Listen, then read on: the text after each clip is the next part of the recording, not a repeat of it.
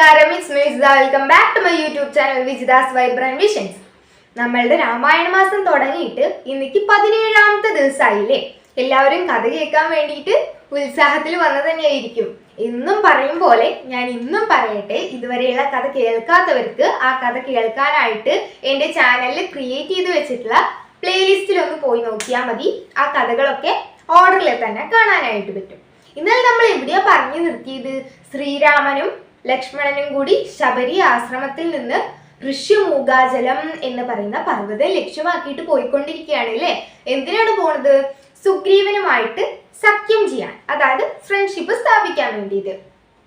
അങ്ങനെ പോയിക്കൊണ്ടിരിക്കുന്ന സമയത്ത് ആ ഋഷിമുഖാചല പർവ്വതം എത്താനായപ്പോഴേക്ക് ആ മലയുടെ മുകളിൽ നിന്ന് സുഗ്രീവനും സുഗ്രീവന്റെ മന്ത്രിമാരും പ്രധാനമന്ത്രിയായിട്ടുള്ള ഹനുമാനും എല്ലാവരും കണ്ടു.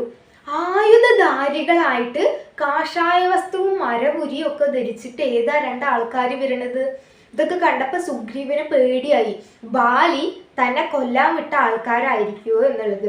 ബാലി എന്ന് പറയുന്നത് സുഗ്രീവന്റെ ജ്യേഷ്ഠനാണ്. അപ്പൊ അവർ രണ്ടുപേരും തമ്മിൽ ശത്രുതയിലാണ് ഇപ്പം. അപ്പൊ തന്റെ ജീവൻ രക്ഷിക്കാൻ വേണ്ടിയിട്ട് സുഗ്രീവൻ വന്ന് ഒളിച്ചു താമസിക്കുന്ന സ്ഥലമാണ് ഋഷിമുഖാചലം എന്ന് പറയുന്ന പർവ്വതം.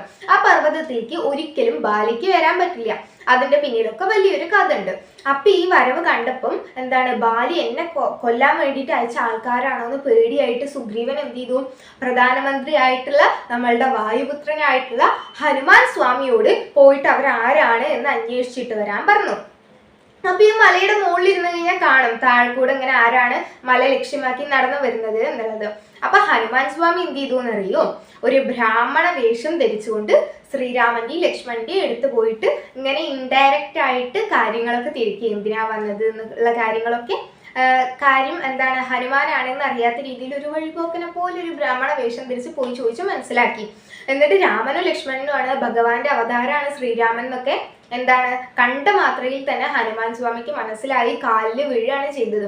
എന്നിട്ട് ഒരു തോളിൽ ശ്രീരാമനെയും ഒരു തോളിൽ ലക്ഷ്മണനെയും ഏറ്റിയിട്ട് ഋഷ്യമുഖാചല പർവ്വതത്തിലേക്ക് വേഗം പറന്ന് വന്നു. എന്നിട്ട് സുഗ്രീവനോട് പറഞ്ഞു കൊടുക്കുകയാണ്, മഹാവിഷ്ണുവിന്റെ അവതാരാണ് ശ്രീരാമൻ. ഇങ്ങനെ അദ്ദേഹത്തിന്റെ പത്നിയെ തട്ടിക്കൊണ്ടു പോയിട്ടുണ്ട് ഒരു രാക്ഷസൻ. അത് അന്വേഷിക്കാൻ വേണ്ടി ഇറങ്ങിയപ്പം അങ്ങയോട് സഖ്യം ചെയ്യാൻ വേണ്ടിയിട്ട് വന്നിരിക്കുകയാണ്. ശരിക്കും നിങ്ങൾ രണ്ടുപേരുടെയും അവസ്ഥ ഒന്ന് തന്നെയാണ്. അതായത് സുഗ്രീവന്റെ ഭാര്യയെയും ബാലി അവിടെ കൊട്ടാരത്തില് തടവിൽ വെച്ചിരിക്കുകയാണ്. അതുപോലെ ശ്രീരാമന്റെ ഭാര്യയും പിന്നെ രാക്ഷസൻ രാവണൻ തട്ടിക്കൊണ്ടു പോയിരിക്കുകയാണ്. അപ്പൊ രണ്ടുപേരും ഏകദേശം ഒരേ സാഹചര്യത്തിലാണ്. ഭാര്യമാര് ഇല്ലാതെ കഴിയുകയാണല്ലേ. അപ്പൊ നിങ്ങൾ സഖ്യം ചെയ്തു കഴിഞ്ഞാൽ നിങ്ങളുടെ രണ്ടുപേരുടെ ഭാര്യമാരെയും തിരിച്ചു പിടിക്കാൻ വേണ്ടിയിട്ട് നിങ്ങൾക്ക് പരസ്പരം അത് ഗുണം ചെയ്യും, നിങ്ങൾക്ക് സഹായിക്കാൻ പറ്റും എന്നുള്ളതൊക്കെ ഹനുമാൻ സുഗ്രീവനോട് പറഞ്ഞ് ബോധിപ്പിച്ചു. എന്നിട്ട് സുഗ്രീവനും ശ്രീരാമനും കൂടി ഇങ്ങനെ സംസാരിക്കുകയുണ്ടായി. അപ്പൊ ഇങ്ങനെ ശ്രീരാമന്റെ കഥകളൊക്കെ പറഞ്ഞു. എന്ത് കഥകളാ പറഞ്ഞത്? എങ്ങനെയാണ് സീതേനെ തട്ടിക്കൊണ്ടു പോയത്, രാവണൻ കൊണ്ടുപോയി, അങ്ങനെ ജടായു തടഞ്ഞപ്പോ ജടായുവിന് മരണം സംഭവിച്ചു എന്നുള്ള കാര്യങ്ങളൊക്കെ വിശദീകരിച്ച് പറഞ്ഞപ്പം ആ സീതാദേവി പോയിക്കൊണ്ടിരിക്കുന്ന സമയത്ത് ഒരു മലയുടെ മുകളിൽ കുറച്ച് വാനരന്മാരിയ്ക്കുന്ന അവിടേക്ക് കുറച്ച് ആഭരണങ്ങൾ ഊരിയിട്ടുണ്ടായിരുന്നു അല്ലേ. ആ ഊരിയിട്ട ആഭരണങ്ങൾ കിട്ടിയത് സുഗ്രീവനും ഹനുമാനും ഒക്കെയാണ്. അപ്പൊ എന്ത് ചെയ്തു എന്നറിയോ? അപ്പോഴാണ് സുഗ്രീവന് ഓർമ്മ വന്നത്, ഇതുപോലൊരു വിമാനത്തിൽ കൂടെ ഒരു സ്ത്രീ പോകുന്ന സമയത്ത് കുറച്ച് ആഭരണങ്ങൾ ഇവിടേക്ക് ഇങ്ങനെ താഴേക്ക് ഇട്ടുണ്ടായിരുന്നല്ലോ. അപ്പൊ അത് ശ്രീരാമനെ കാണിച്ചു കൊടുത്ത് നോക്കാം, ഇനിയിപ്പൊ അത് അദ്ദേഹത്തിന്റെ ഭാര്യയുടെ ആണെങ്കിലോ എന്ന് പറഞ്ഞിട്ട് സുഗ്രീവന് ആ ആഭരണങ്ങളൊക്കെ എടുത്തു വന്ന് കാണിച്ചു കൊണ്ട് കൊടുക്കുകയാണ്. അപ്പൊ ശ്രീരാമന് ഭയങ്കര ആകാംക്ഷയായി, സീതയുടെ ആയിരിക്കുമോ എന്ന് അറിയാൻ വേണ്ടിയിട്ട്. നോക്കുമ്പം എന്താണ്, ലക്ഷ്മണനോട് ചോദിക്കുകയാണ് ആദ്യം ശ്രീരാമൻ. അപ്പൊ ലക്ഷ്മണൻ എന്താണ്, അതീത പാദസരം കൊലുസ് മാത്രം എടുത്ത് നോക്കിയിട്ട് പറയാണ്, ഇത് ഈ കൊലുസ് മാത്രം ജ്യേഷ്ഠത്തിയുടെയാണ്, ബാക്കിയെല്ലാം ആരുടെയാണ് എന്ന് എനിക്കറിയില്ല എന്ന് പറയണം.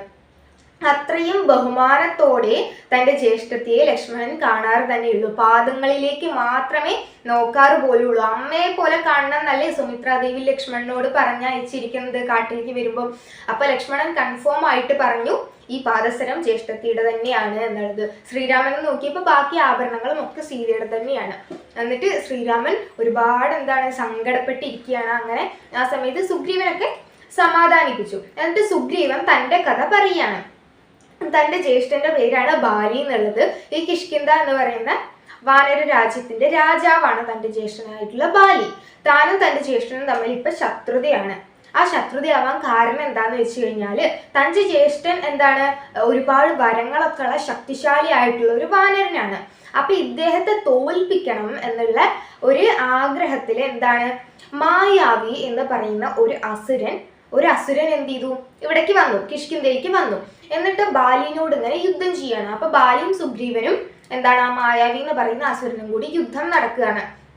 ബാലിക്കൊരു വരം ലഭിച്ചിട്ടുണ്ട്. ആ വരം എന്താന്ന് വെച്ച് കഴിഞ്ഞാൽ തന്റെ മുന്നിൽ ഒരാൾ യുദ്ധം ചെയ്യാൻ വന്നു കഴിഞ്ഞാൽ ആ വന്ന ആളുടെ പകുതി ശക്തിയും തനിക്ക് ലഭിക്കുമെന്ന്. അപ്പൊ പിന്നെ ബാലിക്ക് സിമ്പിൾ ആയിട്ട് മുന്നിൽ നിൽക്കുന്ന ആളെ തോൽപ്പിക്കാൻ കഴിയുമല്ലോ. അപ്പൊ അങ്ങനെ ഒരു വരം ലഭിച്ചത് കൊണ്ട് ബാലി അതീവ ശക്തിശാലിയാണ്. ആർക്കും ബാലിയെ തോൽപ്പിക്കാനേ പറ്റില്ല, അത്രയും ശക്തിശാലിയാണ്. അപ്പൊ ഈ മായാവി എന്ന് പറയുന്ന അസുരൻ വന്നിട്ടോ തോൽപ്പിക്കാനും കഴിഞ്ഞില്ല ബാലിനെ. എന്നിട്ട് ആ അസുരൻ ഓടിപ്പോയി ഒരു ഗുഹേന്റെ ഉള്ളിൽ പോയിട്ട് ഒളിക്കുന്ന സമയത്ത് ബാലി പിന്നാലെ പോയി, സുഗ്രീവനും പിന്നാലെ പോയി. എന്നിട്ട് ബാലി സുഗ്രീവനോട് പറഞ്ഞു, ഈ ഗുഹയുടെ ഉള്ളിൽ വെച്ചിട്ട് ഞാൻ ഈ മായാവിയായ അസുരനെ വധിക്കും, നീ എന്ത് ചെയ്യണം, ഈ ഗുഹയ്ക്ക് പുറത്ത് കാവല് നിൽക്കണം. ഇനി ഒരു പക്ഷേ ഞാനാണ് മരിക്കുന്നത് എന്ന് വെച്ച് കഴിഞ്ഞാൽ രക്തം വരും. മായാവി മരിച്ചു കഴിഞ്ഞാൽ പാല് പോലെയുള്ള ഒരു ദ്രാവകേ വരുള്ളൂ. പിന്നെ ഞാനാണ് മരിക്കുന്നത് എന്നുണ്ടെങ്കിൽ ഈ ഗുഹയുടെ കവാടം നീ അടയ്ക്കണം, ഈ മായാവിക്ക് പിന്നെ പുറത്ത് വരാൻ കഴിയരുത് എന്ന് പറഞ്ഞു സുഗ്രീവനോട്. എന്നിട്ട് ബാലി ഉള്ളിലേക്ക് പോയി. എന്നിട്ടോ ആ കവാടം എന്താണ് കാവല് നിൽക്കുന്നുണ്ടായിരുന്നു സുഗ്രീവൻ ആ കവാടത്തിന്റെ മുന്നിൽ. എന്നിട്ടോ മാസങ്ങളോളം ഈ മായാവിയും ബാലിയും തമ്മിൽ ആ ഗുഹയുടെ ഉള്ളിൽ യുദ്ധം നീണ്ടു നിന്നു. കുറെ മാസങ്ങൾ കഴിഞ്ഞപ്പോഴേക്ക് എന്തായി എന്നറിയൂ, ആ ഗുഹയുടെ ഉള്ളിൽ നിന്ന് ഒരു ചോര വരുന്നത് സുഗ്രീവൻ കണ്ടു. എന്നിട്ടോ ബാലിയുടെ കരച്ചിലിന്റെ ശബ്ദവും കേട്ടു. ഇത് ശരിക്കും ബാലിക്ക് മരണം സംഭവിച്ചതല്ല, ആ മായാവി തന്റെ മായാശക്തി കൊണ്ട് ഉണ്ടാക്കിയതാണ്. അപ്പൊ സുഗ്രീവൻ എന്ത് വിചാരിച്ചു, അയ്യോ എന്റെ ജ്യേഷ്ഠൻ മരിച്ചല്ലോ, ഇനി ആ മായാവി ഈ നാടിനൊന്നും ഉപദ്രവിക്കരുതല്ലോ എന്ന വിചാരത്തില് ആ ഗുഹയുടെ കവാടം അടച്ചിട്ട് തന്റെ നാട്ടിൽ വന്നു. അപ്പൊ ബാലി ഗുഹയ്ക്കുള്ളിൽ വെച്ച് മരണപ്പെട്ടു എന്നുള്ള വാർത്ത നാട്ടിലാകെ പാട്ടായി. പിന്നീട് ആ ദുഃഖമൊക്കെ അതിജീവിക്കുന്നതിന് മുമ്പ് തന്നെ രാജ്യം അനാഥമായി പോവാതിരിക്കാൻ അനുജനായ സുഗ്രീവനെ മന്ത്രിമാരെല്ലാവരും കൂടിയിട്ട് എന്ത് ചെയ്തു, രാജാവാക്കുകയും ചെയ്തു. പിന്നീട് കുറച്ചു കാലം കഴിഞ്ഞപ്പോഴുണ്ട് ബാലി ആ ഗുഹയിൽ നിന്ന് ജീവനോടെ പുറത്തു വരുന്നു. അങ്ങനെ ജീവനോട് പുറത്ത് വന്നപ്പോൾ ഇവിടെ നടന്ന കാര്യങ്ങൾ എന്തൊക്കെയാണെന്ന് ബാലി അറിഞ്ഞു. പക്ഷേ ആ ചോര വന്ന് ബാലിയുടെ കരച്ചിൽ കേട്ടത് കൊണ്ടാണ് സുഗ്രീവൻ കവാടം അടച്ചത് എന്നുള്ള കാര്യം മാത്രം ബാലി അറിഞ്ഞില്ല. ബാലി സുഗ്രീവനെ തെറ്റിദ്ധരിച്ചു. രാജ്യം കീഴടക്കാൻ വേണ്ടിയിട്ടാണ് ഞാൻ മരിച്ചു എന്ന് എല്ലാവരോടും കള്ളം പറഞ്ഞിട്ട് രാജാവായിരിക്കണത് എന്ന്. എന്നിട്ട് കണ്ണിൽ കാണുമ്പോൾ തന്നെ ദേഷ്യമായി സുഗ്രീവനെ. അങ്ങനെ രണ്ടുപേരും തമ്മിൽ എപ്പോഴും ശത്രുതയായി. അങ്ങനെ ബാലി കൊട്ടാരത്തിൽ നിന്ന് തന്നെ സുഗ്രീവനെ ഓടിച്ചു വിടുകയാണ്. എന്നിട്ട് സുഗ്രീവനെ വധിക്കാൻ പോകുമ്പോൾ സുഗ്രീവനെ പോകാനൊരു സ്ഥലമില്ല. അപ്പോഴാണ് സുഗ്രീവന് ഒരു സ്ഥലം ഓർമ്മ വന്നത്. ആ സ്ഥലത്തേക്ക് ബാലിക്ക് കയറാൻ പറ്റില്ല. അതിന്റെ പേരാണ് ഋഷ്യമൂകാചല പർവ്വതം എന്ന് പറയുന്നത്. ആ പർവ്വതത്തിലാണ് ഇപ്പോഴും ഇരിക്കുന്നത് സുഗ്രീവൻ. അവിടേക്ക് ബാലിക്ക് കയറാൻ പറ്റാത്തതിന്റെ കാരണം എന്താന്ന് വെച്ച് കഴിഞ്ഞാല് ഒരു ദിവസം ദുന്ദുബി എന്ന് പറയുന്ന ഒരു അസുരനും ഇതുപോലെ ബാലിനോട് യുദ്ധം ചെയ്ത് ശക്തി തെളിയിക്കാൻ വേണ്ടിയിട്ട് വന്നു. ആ അസുരൻ വന്നതോ കാളയുടെ രൂപത്തിലാണ്. അപ്പൊ വന്നു കഴിഞ്ഞാൽ ആ അസുരന്റെ പകുതി ശക്തിയും ബാലിക്ക് കിട്ടുന്നത് കൊണ്ട് ആ അസുരനും ഒരിക്കലും ബാലിനെ ജയിക്കാൻ കഴിഞ്ഞില്ല. ബാലി എന്ത് ചെയ്തു, ആ അസുരന്റെ കാളയുടെ തല ഇങ്ങനെ ചുറ്റിയെടുത്ത് ഒറ്റേറ്. അപ്പം ഋഷ്യമൂകാചല പർവ്വതത്തിന്റെ മുകളിൽ ഇരിക്കുന്നുണ്ടായിരുന്ന മാതംഗ മുനി എന്ന് പറയുന്ന ഒരു മഹർഷിയുടെ ആശ്രമത്തിന്റെ അടുത്ത് വന്ന ആ തല വീണ് അവിടെയൊക്കെ രക്തമൊക്കെയായി അശുദ്ധായി. ആ സമയത്ത് മഹർഷി എന്ത് ചെയ്തു, ബാലിനെ ശപിച്ചു.